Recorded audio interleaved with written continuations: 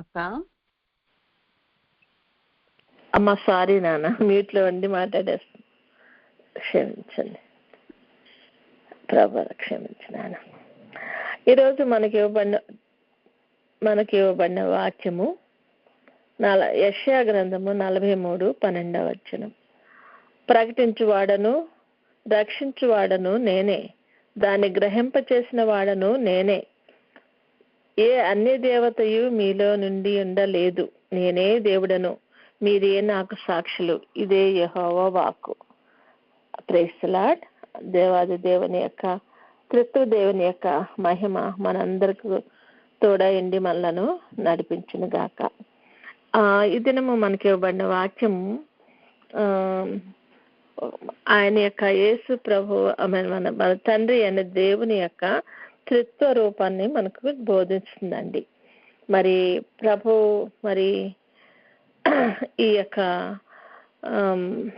4000 సంవత్సరాల పాటు క్రీస్తు పూర్వము మరి ప్రభు తన యొక్క భక్తుల ద్వారా మరి మనకు ప్రకటిస్తూ వస్తున్నారట. ప్రకటిస్తూ ఏంటంటే, నేను మీకు ఒక రక్షకుడిని పంపిస్తాను, ఆయన వస్తాడు, ఆయన వచ్చి మీ పాపములను క్షమించుటకు తన రక్తాన్ని ధారపోస్తాడు, కాబట్టి ఆయన ద్వారా మీకు విమోచనం కలుగుతుంది అని మన ప్రభు మనకు మరి ప్రకటిస్తూ వచ్చారట. రక్షించువాడను నేనే అనగా కుమారుడైన తండ్రి, కుమారుడైన ప్రభు మనల్ని రక్షించిన వాడు ఆయన ఈ లోకానికి తను తాను తగ్గించుకొని మరి ఈ లోకానికి వచ్చి మన రూపం ధరించి మరి మన కొరకు మన శ్రమలను అనుభవించి సిలువలో తన ప్రాణాన్ని అర్పించినట్లుగా కూడా మనం చూస్తాము. తర్వాత ఆయన ఆరోహణమైన తర్వాత దాన్ని గ్రహింపచేసిన వాడను నేనే అని వాక్యంలో చెప్పినట్లుగా మరి పరిశుద్ధాత్ముడు తండ్రి యొక్క ఆ రక్షణ మహా సంకల్పాన్ని మనము గ్రహించినట్లు ఆయన ఆత్మచేత మనకు బోధిస్తూ వస్తున్నాడని కూడా మనము ఇక్కడ గ్రహించవచ్చు అనమాట. ఆదిలోనే ఈ ముగ్గురు ఏకదేవుళ్ళై ఉన్నారు. ఎందుకంటే ఆయనే ప్రకటించే దేవుడు, మరి ఆయనే రక్షించే దేవుడు, ఆయనే గ్రహింపచేసేవాడు కూడా. కానీ వీరందరూ కూడా ఒక్కొక్క వేరు వేరు రూపాలు కాదు, అంతా ఒకే ఒక దేవుడు. ఆయనే మనల్ని రక్షిస్తూ మనల్ని కాపాడుచు మనల్ని గ్రహింపజేస్తూ మరలా మనము ఆ మహిమ నుండి అధిక మహిమకు మనం చేరు పర్యంతం కూడా మనతో సదాకాలం మీతో నివసిస్తానని సెలవిచ్చిన దేవాది దేవుడు మనతో ఉండి మనలను నడిపిస్తున్నట్లుగా మనము ఇక్కడ చూడగలమండి. త్రిత్వము అనేటువంటి సిద్ధాంతము చాలా మరి విచిత్రమైనదనే చెప్పుకోవచ్చు. దేవుడు ఒక్కడే అంటాం కదా, మరి త్రిత్వత్వం ఎవరు? తండ్రి, కుమార, పరిశుద్ధాత్ముడు. ఈ త్రిత్వత్వంలో ఏకత్వము ఆదిలోనే ఉందంట. కనుక అంటే ఆయన సృష్టిని చేయక ముందే ఆయన ఆత్మ జలముల పైన అల్లాడుచుండెను అని చూస్తాం కదా. అంటే ఆయన అక్కడ ఉన్నాడు, ఆయన మాట్లాడుతున్నాడు, పరలోకం నుండి మాట్లాడుతున్నాడు. ఏమని? వెలుగు కలుగును గాక అన్నారట. అంటే మరి అది వెలుగు కలగాలి అనేటువంటి ఆలోచన, మరి కలిగించాలనే ఆలోచన తండ్రికి వచ్చినప్పుడు ఆ వెలుగైన దేవుడు ఆయన ప్రత్యక్షమయ్యాడు. వెలుగు ఆయన పలికిన దేవుడు యెహోవా దేవుడైతే మరి పలికినటువంటి ఆ యొక్క వాక్కు ఆ యొక్క వెలుగుగా మన కన్నుల ఎదుట చూస్తున్నాము. ఆయన ఆత్మ అక్కడ జలముల పైన అల్లాడే దేవాది దేవుడు కూడా అక్కడ ఉన్నట్లుగా మనం చూస్తాం. ఇవన్నీ కూడా ఒకే రూపము, కాకపోతే మనము వేరుగా మనకు ప్రత్యక్షమైతూ వచ్చారన్నమాట. మరి క్రీస్తు ఆరోహణం వరకు, రాకడ వరకు మనలను ఈ యొక్క మనలను మరి దేవుని యొక్క వాక్యాన్ని, దేవుడు ఎందుకు వచ్చాడు ఈ లోకానికి, అసలు సృష్టి ఆది నుండి ఎట్లా ఉంది ఏంటి అనేది అదంతా కూడా మనకి ఏమీ తెలియదు. ఈ లోకంలో మనం పుట్టినాం, పెరుగుతున్నాం, కానీ వాళ్ళని చూడలేదు, యేసయ్యను కూడా మనం చూడలేదు. కానీ వాటిని గ్రహించేటువంటి ఆలోచన చేత పరిశుద్ధాత్మ తండ్రి మన హృదయాల్లో మనలో పనిచేస్తూ ఉన్నాడు అనమాట. మరి మరి నేనే దేవుడు అని అంటున్నాడు. దేవుడు అంటే ఏంటి? ఆయన కూడా దేవుని మరి తెలియకుండా మరి దేవుణ్ణి పూజిస్తున్నామా? అంటే తెలియకుండా ఎవరిని పూజించగలం మనము? ఆయన అసలు ఏంటో మనం తెలియాలి కదా. తెలుసుకోవటానికి మాత్రమే మరి అదే విధంగా ఉండాలంటే, దాన్ని గ్రహించాలంటే పరిశుద్ధాత్ముడు మనం ఉండి మనలను సిద్ధపరుస్తున్నాడని కూడా మనము చూడొచ్చు అనమాట.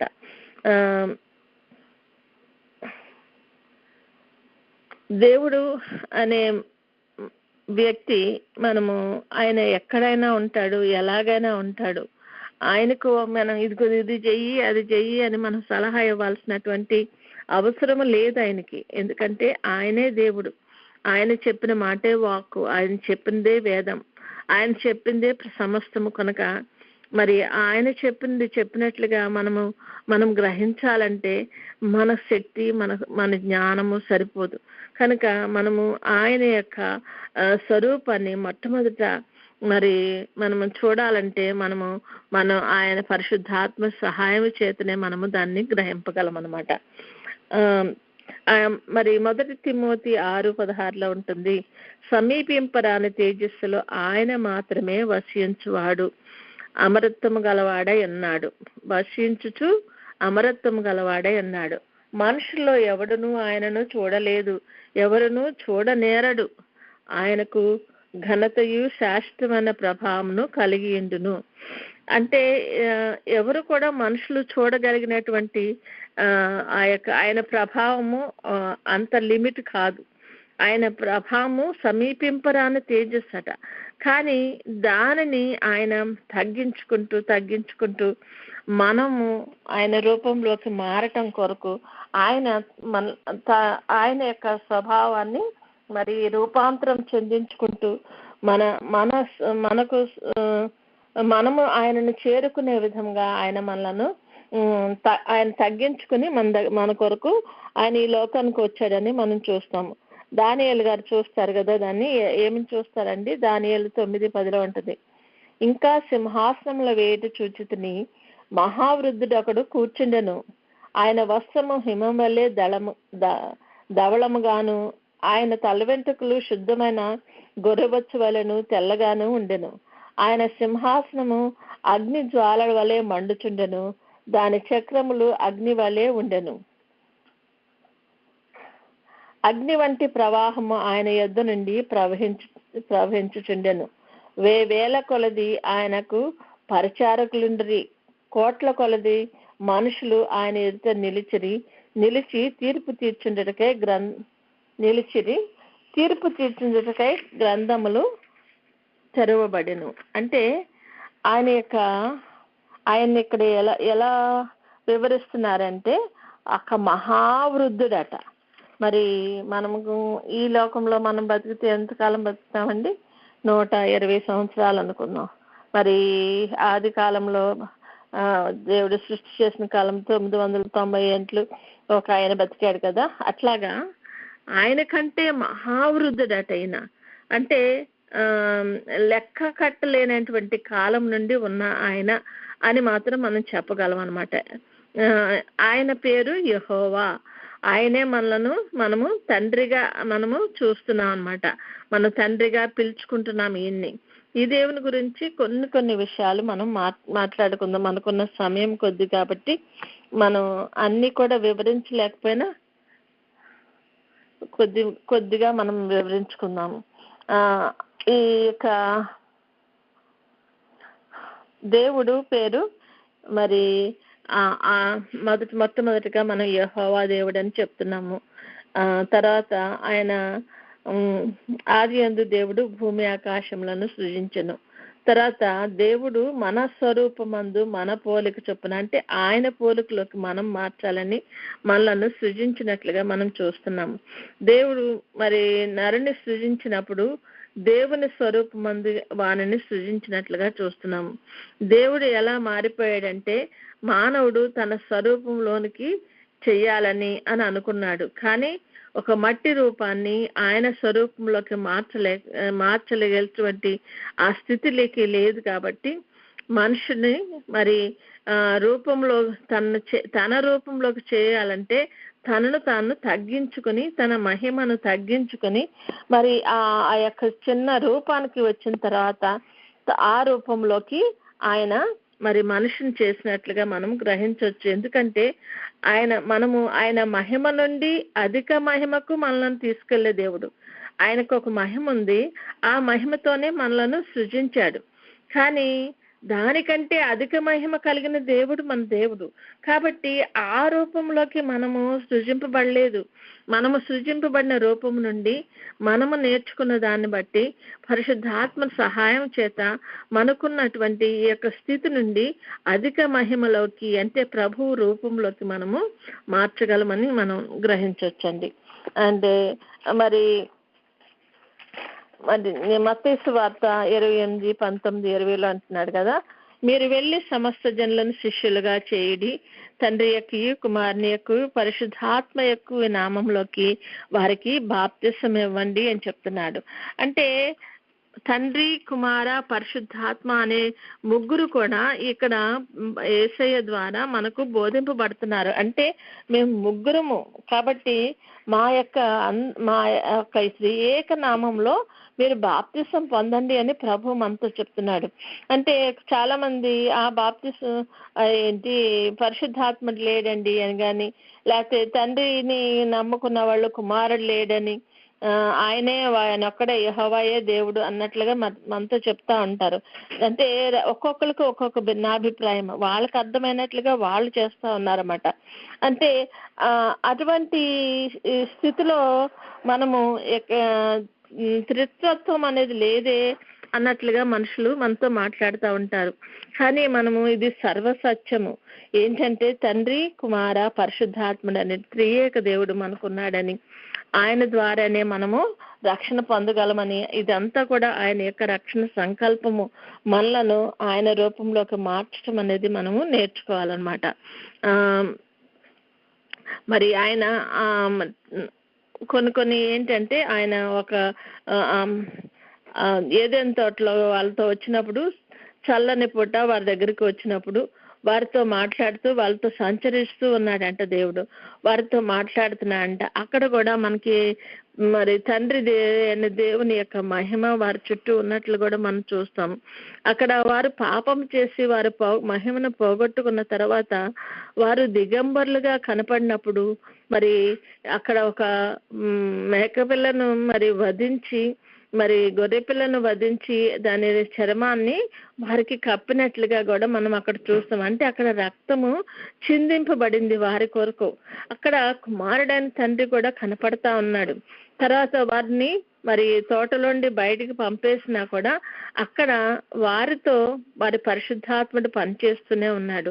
మనం ఇవన్నీ కూడా మనం గ్రహించుకుని మనం ప్రభువుని మనం త్రియేక దేవునిగా చూడాలంటే మనకున్నటువంటి శక్తి చాలకపోవచ్చు, కానీ మనం ప్రార్థన చేసుకున్నట్లయితే ఆయన మనతో మాట్లాడతాడు. దేవుడు చెప్తున్నాడు మరి నోవాహు దినాల్లో ఒక నిబంధన చేశాడట.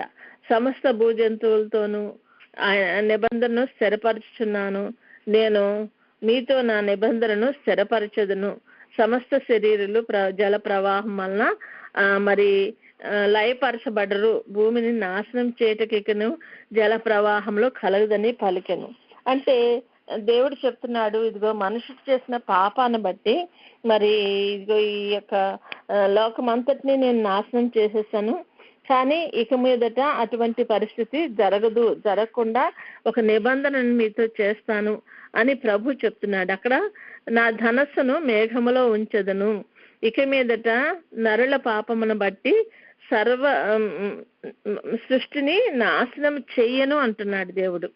ఒకసారి చేశాడు, ఎందుకంటే వారి యొక్క పాపము విపరీతమైనప్పుడు దాని నుండి మరి పరిశుద్ధమైన వాటిని వేరు చేయటం కొరకు దేవుడు మరి జలప్రలయం రప్పించి అందరినీ నాశనం చేసినట్లుగా మనం చూస్తాం. అటువంటి పరిస్థితుల్లో మరి దేవుడు ఒక నిబంధన చేశాడు వాళ్ళతో, నేను మీకు ప్రామిస్ చేస్తున్నాను, ఇదిగో ఇదిగో ఇక్కడ నా ధనస్సు నుంచుతున్నాను మేఘంలో, అంటే దానిని బట్టి మీరు లయపరచబడరు, అది చూసినప్పుడు మీరు లయపరచబడరని మీరు చూడండి అంటున్నాడు. అంటే ఈ ధనస్సు అనే దాన్ని మనం యేసు ప్రభు వారిగా కూడా మనము గ్రహించవచ్చు అనమాట. ఎందుకంటే ఆయన దేవుని యొక్క నిబంధన. మరి అదే విధంగా ఆయన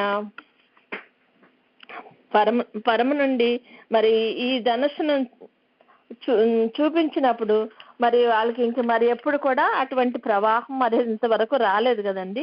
ఆఖరణ మరి భూమి ఆకాశంలో లయమైపోయే దినం వరకు కూడా ఈ భూమి అలానే ఉంది. భూమి అంతా మొర్ర పెడుతుందంట నరుల యొక్క పాపాన్ని బట్టి భరించలేక. కనుక అటువంటి స్థితిలో మనము ఇప్పుడు ఉన్నాం అన్నమాట. కనుక దేవుడు ఏది చేసినా ఒక నిబంధన చేశాడు. ఈ లోకంలో మనలను రక్షించడం కొరకు ఆయన మరి తన కుమారులుగా ఈ లోకానికి ఆయన తాను తగ్గించుకొని ఈ లోకానికి వచ్చినట్లుగా మనం చూడొచ్చు. మరి ఆయన మోషే పర్వతం మీదకి ఎక్కినప్పుడు, సీనాయి పర్వతం మీదకి ఎక్కినప్పుడు ఆయనంట పర్వతం మీదకి దిగొచ్చాడంట. పర్వతం మీదకి దిగొచ్చిన తర్వాత ఆకాశం నుండి ఆయన మాట్లాడుతున్నాడట. అంటే పర్వతం మీదకి దిగొచ్చిన ఆయన మరి ఎదురుగున్న మోషే ఉన్నప్పుడు ఆయనతో అలా మాట్లాడొచ్చు కదా, మరి ఆకాశం నుండి ఎందుకు మాట్లాడుతున్నాడు అంటే తండ్రి కుమార పరిశుద్ధాత్మల యొక్క మరి ఏకత్వం కూడా అక్కడ మనము చూడొచ్చు అనమాట. ముగ్గురులో ఇది నేను నువ్వు అనేది తేడా లేకుండా వారు ముగ్గురు కలిసి మొదటి నుండి కూడా మరి పని చేస్తూ ఉన్నట్లుగా మనం చూడొచ్చు అనమాట. మరి యెహోవా అన్న దేవుడు మరి ఆయన నేను ఉన్నవాడను అనువాడను అనే దేవుడు కాబట్టి ఆయన సర్వశక్తిమంతుడు, ఆయనే నిజమైన దేవుడు, ఆయనే సర్వోన్నతుడైన దేవుడు, ఆయనే మనకు ఆశ్రయ దుర్గము, అలాగే ఆయన మహిమోన్నతుడు. కాబట్టి ఇవన్నీ కూడా మనం రిఫరెన్స్లు చెప్పుకుంటాక మనకు టైం లేక నేను చెప్పట్లేదండి. కానీ ఇవన్నీ కూడా బైబిల్లో ప్రత్యేకంగా ఆయన యొక్క గుణ లక్షణాలు చూపించింది. ఇదంతా కూడా తండ్రి అయిన దేవుని యొక్క స్వరూపంగా మనము చూస్తాం అన్నమాట. అలాగే కుమారుడైన తండ్రి మరి ఈ లోకమునకు ఆయన వచ్చిన తర్వాత ఆయన గురించి కూడా బెత్లెహేము ఎఫ్రాతా నీవు ఇక్కడ ఉన్నటువంటి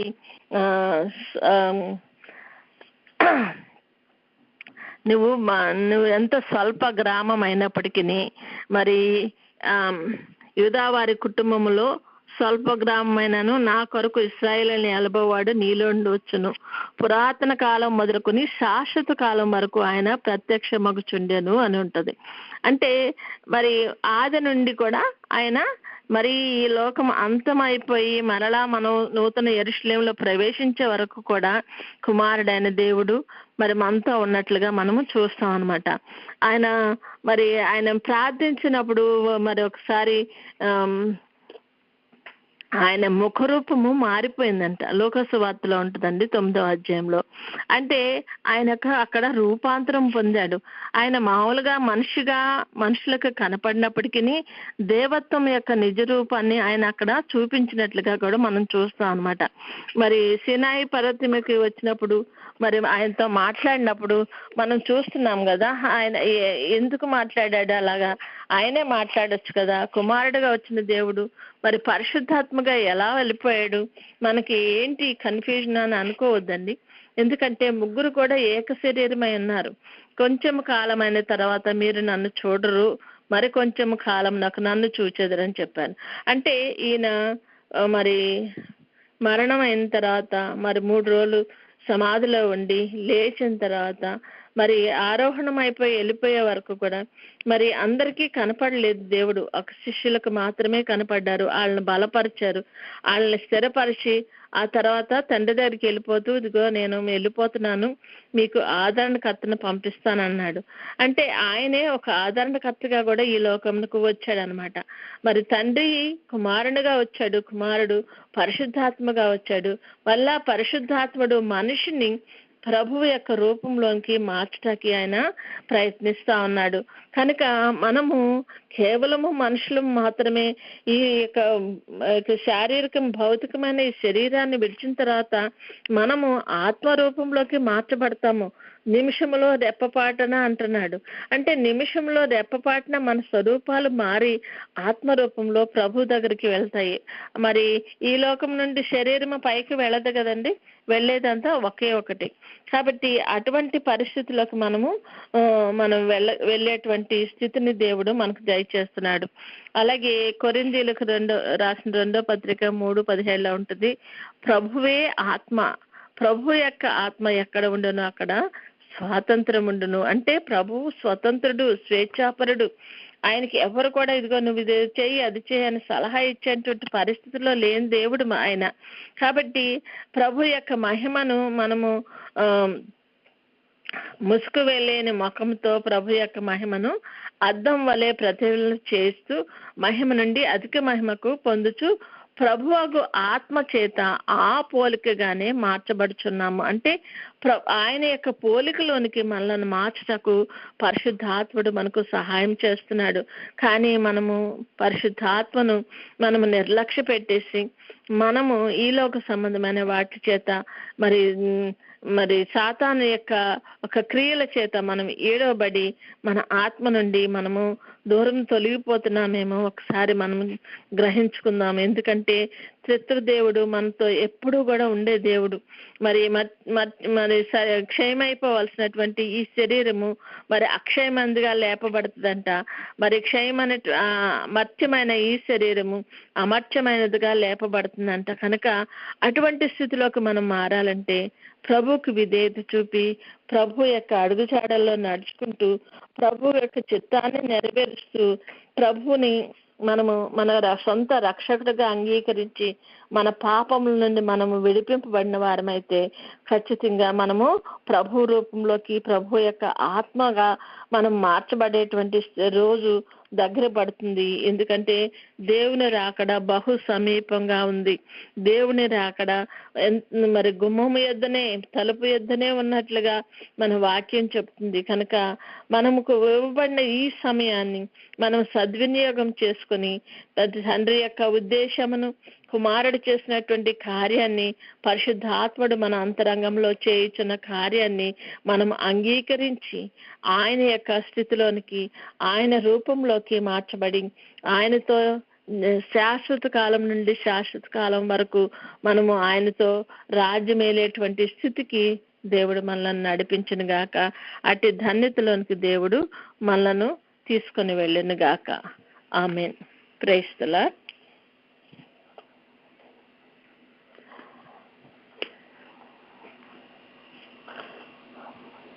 మనమందరము కొద్దిసేపు కళ్ళు మూసుకొని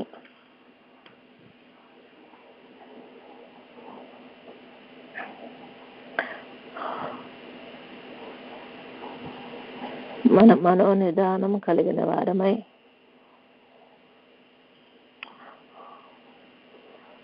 ఆయన యొక్క సన్నిధిని మనము గ్రహిద్దాము, గమనించుకుని ఆయన ఎదుట మౌనంగా కొద్దిసేపు ఉంటూ ముందుకు వెళ్దాం.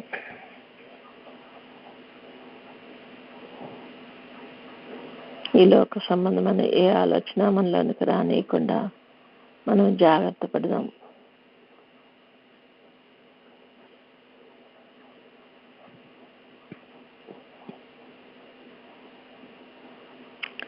మనోనిదానం కలిగిన మనము ఆయన పావన పాదాల దగ్గర ఉన్న మనము పాపక్షమాపణ నిమిత్తమే ప్రభు దగ్గర మన పాపములను ఒప్పుకుందాం.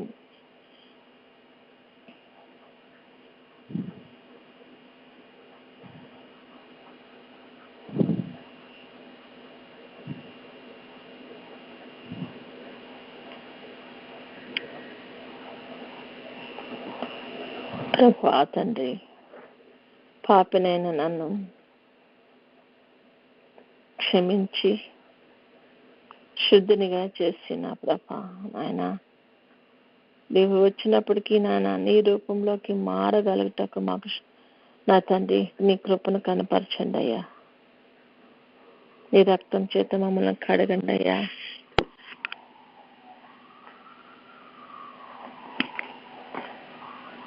నీవు మా మీద ప్రేమ చేత నాయనా ఈ లోకానికి వచ్చిన ప్రభ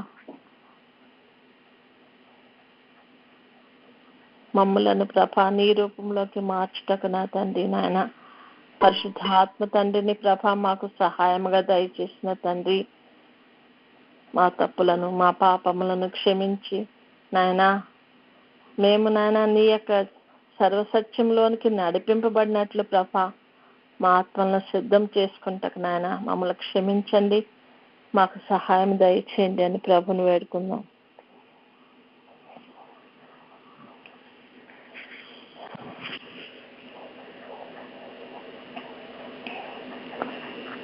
నాయన నువ్వు కంఠధ్వని వినిపించగా నా తండ్రి భూమి కరిగిపోచున్నదట ప్రభా నా తండ్రి. అటువంటి నా తండ్రి నాయన భూమే నీ కంఠస్వరానికి కరిగిపోతే మేము మా తండ్రి బ్రతకగలమా నాయన? నాయన ప్రభా నిన్ను నువ్వు తగ్గించుకొని మా కొరకు ప్రభా నా తండ్రి నాయన ఈ లోకానికి వచ్చిన దేవాది దేవా నీకు వందనాలు స్తుతులు స్తోత్రాలయ్యా. మమ్మలను నీ రూపంలోకి మార్చుకునే దేవాది దేవా నీకు స్తుతులు స్తోత్రాలు చెల్లిస్తున్నామయ్యా. మమ్మల్ని సంపూర్తిగా కడగండి అయ్యా అని ప్రభుని వేడుకున్నాం.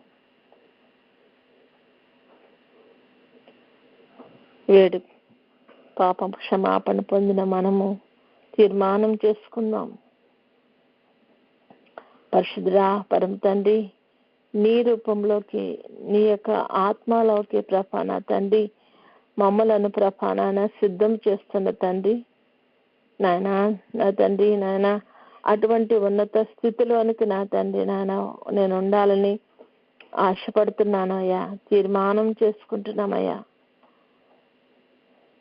నీతో సమాన రూపం గల మరి నీ సమరూపంలోకి మమ్మలను మార్చగల శక్తి గల తండ్రి అట్టి స్థితిలోకి రావాలని మాకు ఆశ అయితే ఉంది, కానీ ప్రభా అందుకోలేని స్థితిలో ఉంటున్నామేమో నాయన. కనుక నా ప్రభ మాకు సహాయం దయచేసి నా ప్రభ నాయన ఈ తీర్మానంలో మేము స్థిరముగా నిలబడి నాయన దానికి కావాల్సిన ప్రతి విధమైనటువంటి కార్యాన్ని మేము చేయగలుగుటకు నీ కృపను అనుగ్రహించండి తండ్రి అని ప్రభుని వేడుకుందాం.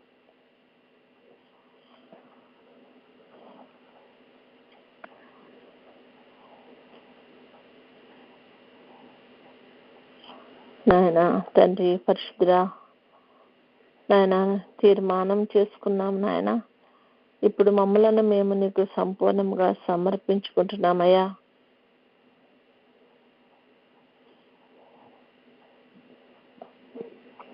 మమ్మలను నీ మహిమ యొక్క తేజస్సును లోనికి ప్రభా నా తండ్రి మమ్మలను నడిపించే దేవాది దేవా మమ్మలను కడిగి పవిత్రపరిచి నా తండ్రి పరిశుద్ధమైన వారిగా ప్రభా నా తండ్రి నాయన మమ్మలను ప్రభా నాయన సిద్ధపరచమని నా తండ్రి నీ రూపంలోకి మమ్మల్ని మార్చమని నాయన ఇదిగో మమ్మల్ని నీకు సమర్పించుకుంటుండగా నా ప్రభా మేము వెనుదిరగక నా తండ్రి నాయన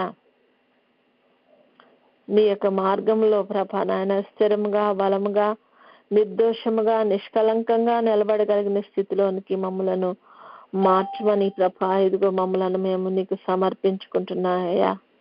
మమ్మలను కడగండి, పవిత్రపరచండి, నీకు ఇష్టమైన రూపంలోకి మమ్మలను మార్చుకోమని ప్రభుని వేడుకుందాం.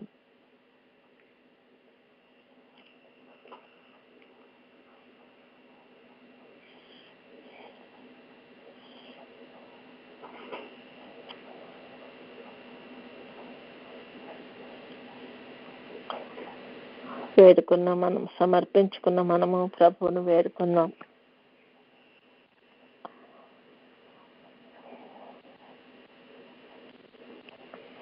నాయన పరిశుద్ధుడా పరమ తండ్రి మహా తేజస్సు కలిగిన దేవా యెహోవావైన తండ్రి ఆత్మవైన తండ్రి నీకు స్తుతులు స్తోత్రాలయ్యా. నువ్వు వాక్కువైన తండ్రి నీకు స్తుతులు స్తోత్రాలయ్యా. వాక్యమైన దేవాది దేవా నీకు స్తుతులు స్తోత్రాలయ్యా. నువ్వు శరీరధారిగా ఈ లోకానికి వచ్చిన దేవాది దేవా నాయన నా తండ్రి మా కొరకు ప్రభ నా తండ్రి నాయన నువ్వు చేస్తున్న ప్రతి ఒక్క కార్యాన్ని బట్టి నాయన ఆయన నా తండ్రి నాయన మమ్మలను మా కుటుంబాలను ప్రభా నా తండ్రి నీ సంరక్షణలో భద్రపరచమని నా తండ్రి నాయన మేము ఈ లోక సంబంధమైన పాపపు ఉచ్చులలో చిక్కుకుపోయిన మమ్మలను ప్రభా నాయన విడిపించి నా ప్రభా నా తండ్రి నీ రూపంలోనికి మార్చుకుని నా ప్రభా నాయన ఆయన నువ్వు ఏ నిమిషంలో వచ్చినప్పటికీ మేము సిద్ధంగా ఉన్నాం తండ్రి అని చెప్పగలిగినటువంటి స్థితికి ప్రభా మమ్మల్ని మార్చుకోమని అడుగుచున్నామయ్యా. కనికరించండి రాజా. నాయన ఏ ఒక్క చిన్న పాపం ఉన్నా అది పరలోకమునకు రానిదని వింటున్నాం ప్రభా. మమ్మలను మరి తండ్రి నాయన మరి పరిశుద్ధపరచగలిగిన శక్తి గలవాడువు నీవు మాత్రమే నాయన. మా పాపములను క్షమించగల శక్తి గలవాడువు నీవే కనుక నా ప్రభా ఇదిగో తండ్రి మమ్మలను కనికరించమని నా ప్రభా నాయన నీవు నీ ఆత్మ ద్వారా మాతో మాట్లాడినప్పుడు దాన్ని గ్రహించగలిగినటువంటి జ్ఞానమును ప్రభా మాకు దయచేయమని నా ప్రభా నా తండ్రి వాక్యానుసారముగా నడుచుకుంటూ నా ప్రభా నాయన నాయన ప్రభా నాయన నీ యొక్క కట్టడలను విధులను న్యాయ విధులను ప్రభా మన తండ్రి మేము అనుసరించుచు నా ప్రభా నా తండ్రి నీ నామానికి మహిమకరంగా మేము జీవించగలిగిన కృపను మాకు దయచేయండి తండ్రి.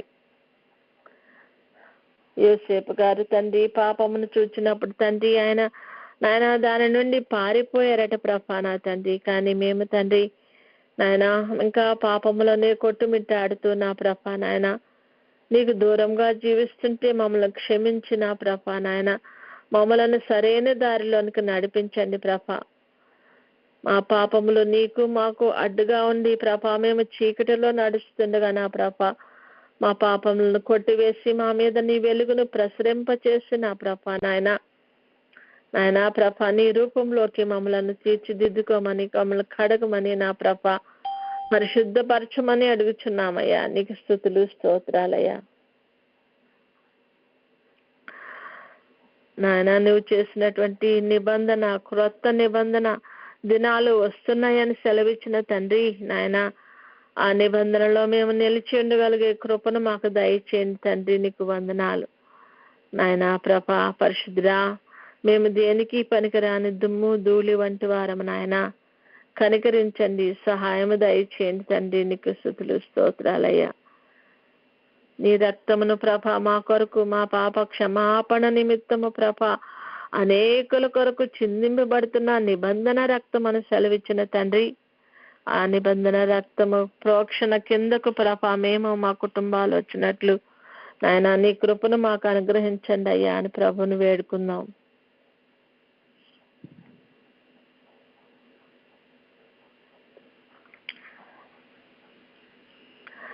నాయన పరలోకమును దిగివచ్చిన నీవే మమ్మలను పరలోకంలోనికి తీసుకుని వెళ్ళటక ప్రభా నాయన నువ్వు చేసిన ప్రతి కార్యము నిమిత్తము నీకు వందనాలు స్తుతులు స్తోత్రాలయ్యా. మమ్మల్ని నీ రూపంలోకి మార్చుకోండి తండ్రి. నీకు వందనాలు. తత్తరిల్లు హృదయాలతో ఇట్లనండి భయపడక ధైర్యంగా ఉండండి. ప్రతిదండన చేయుటకే మీ దేవుడు వచ్చుచున్నాడని ప్రభా నాయన నీ వాక్యములో సెలవిచ్చిన తండ్రి. నాయన మా పాపములకు ప్రతిదండన చేయుటకు నా తండ్రి నాయన నీవే స్వయముగా కుమారుని రూపంలో ఈ లోకానికి వచ్చిన దేవాది దేవా నీకు స్తుతులు స్తోత్రాలయ్యా. స్తోత్రాలు నాయన. మా పాపం నుండి నీవు మాత్రమే మమ్మల్ని రక్షించగలవాడు ప్రభా. నీకు యేసు అనే పేరు పెట్టబడింది నాయన. యేసు అనగా రక్షకుడని ప్రభా మేము వింటున్నామయ్యా. మమ్మల్ని రక్షించుటకు ఈ లోకంలోకి వచ్చిన దేవాది దేవా నీ యొక్క ఘనమైన ప్రణాళికకై నీకు స్తుతులు స్తోత్రాలయ్యా. మమ్మల్ని కనికరించండి సహాయం దయచేయండి ప్రభా. నీకు వందనాలు.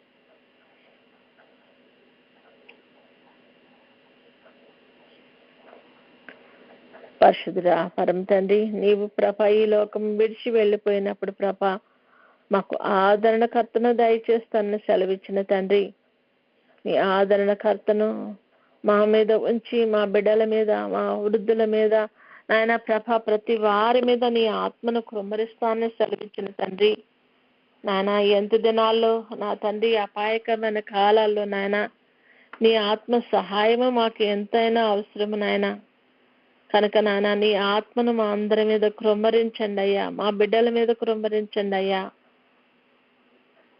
నాయన వారి ప్రభా నా తండ్రి ప్రవచనాలు చెప్పేవారిగా, కలలు కనేవారిగా నా తండ్రి నాయన నీ యొక్క మార్గముల్లో ప్రభా నా తండ్రి నాయన నిన్ను ప్రభా నా తండ్రి చూచే బిడ్డలుగా ప్రభా నా తండ్రి మేము మా బిడ్డలు మా కుటుంబాలు తయారు కాగలిగినట్లు నాయన నీ కృపను మాకు కనపరచమని దీవెన దయచేయమని అడుగుచున్నాం ప్రభా. నీకు వందనాలు.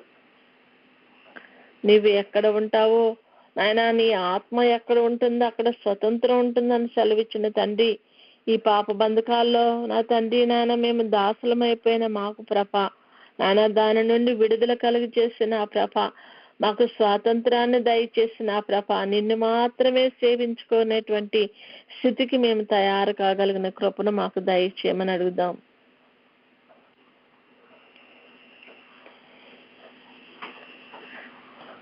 వేడుకున్నాం. మనము రాకడలో ఎత్తబడాలని ప్రభు మనకు సహాయం దయచేయాలని ప్రభుని వేడుకుందాం.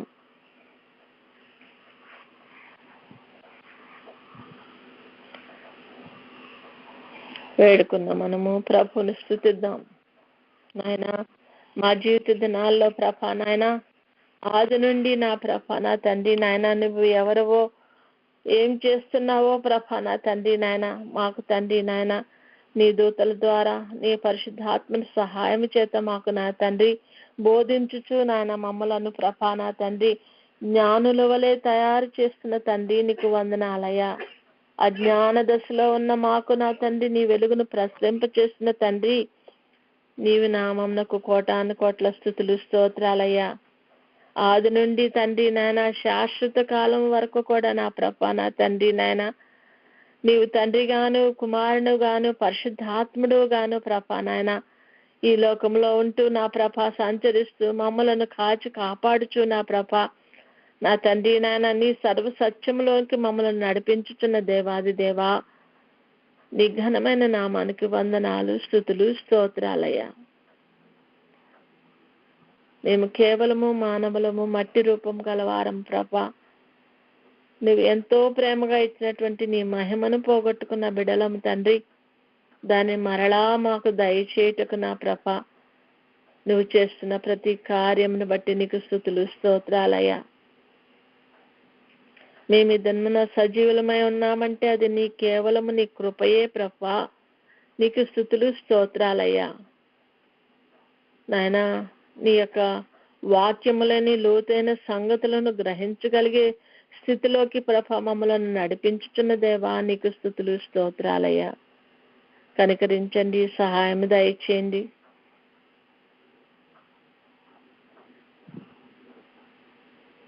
మనం స్తుతించిన మనము కొద్దిసేపు మౌనంగా ఉండి ప్రభు మనతో ఏమి మాట్లాడనై అన్నారో దాన్ని గ్రహించుతాము.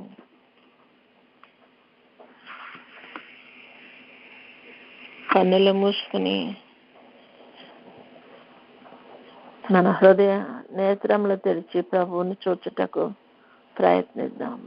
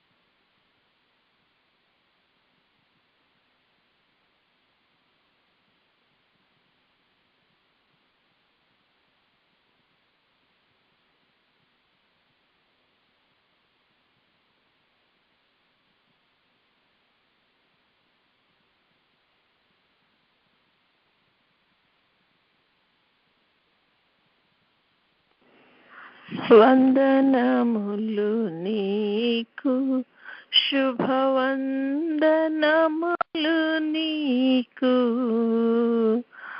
ఆనందముతో కూడిన నా హృదయ వందనములు నీకు. స్తుతులకు పాత్రుడా, స్తోత్రార్హుడా, నీకు వందనాలయ్యా. ఇప్పుడు వరకు నా తండ్రి మా కార్యక్రమం అంతట్లో తోడయండి ప్రభా, మమ్మల్ని నడిపించిన దేవాది దేవా నీకు స్తుతులు స్తోత్రాలు. నీ ఆత్మ సహాయం చేత మమ్మల్ని నడిపించుచున్న తండ్రి నీకు వందనాలు. నీ ఆత్మను మా హృదయాల్లో మండజేయుచున్న తండ్రి నీకు స్తుతులు స్తోత్రాలయ్యా. నాయనా మా జ్ఞానం ఏపాటిది తండ్రి నాయనా, అయినప్పటికీ నా ప్రభా మాకు ప్రభా నా తండ్రి నాయన నీ యొక్క తండ్రి నాయన ప్రభా ప్రణాళికను ప్రభా మాకు వివరిస్తూ తండ్రివి గాను కుమారుడు గాను పరిశుద్ధాత్ముడు గాను నా తండ్రి మా మధ్య ఉంటూ నా తండ్రి మమ్మల్ని నడిపించుచున్న తండ్రి నీకు స్తుతులు స్తోత్రాలయ్యా. మేము పోగొట్టుకున్న తండ్రి నాన్న ప్రభా యొక్క నా తండ్రి నీ యొక్క మహిమను ప్రభా నా తండ్రి మాకు దయచేస్తున్న దేవా నీకు స్తుతులు స్తోత్రాలు చెల్లిస్తున్నామయ్యా. ఆత్మ తండ్రిగా నా తండ్రి మా మధ్య ఉన్న తండ్రి నీకు స్తుతులు స్తోత్రాలు చెల్లిస్తున్నామయ్యా. ప్రతి విషయంలోనూ ప్రభా నా తండ్రి నాయన మాయడల కృపను కనపరుచున్న తండ్రి నీకు స్తుతులు స్తోత్రాలు చెల్లిస్తున్నామయ్యా. నాయన మమ్మల్ని కనికరించండి, సహాయం దయచేయండి తండ్రి నీకు స్తుతులు స్తోత్రాలు.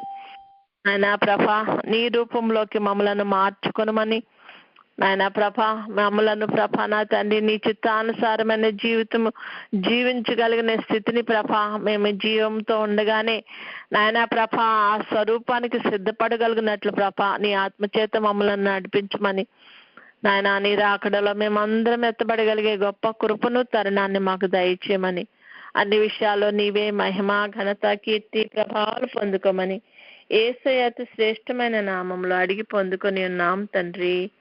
ఆమెన్.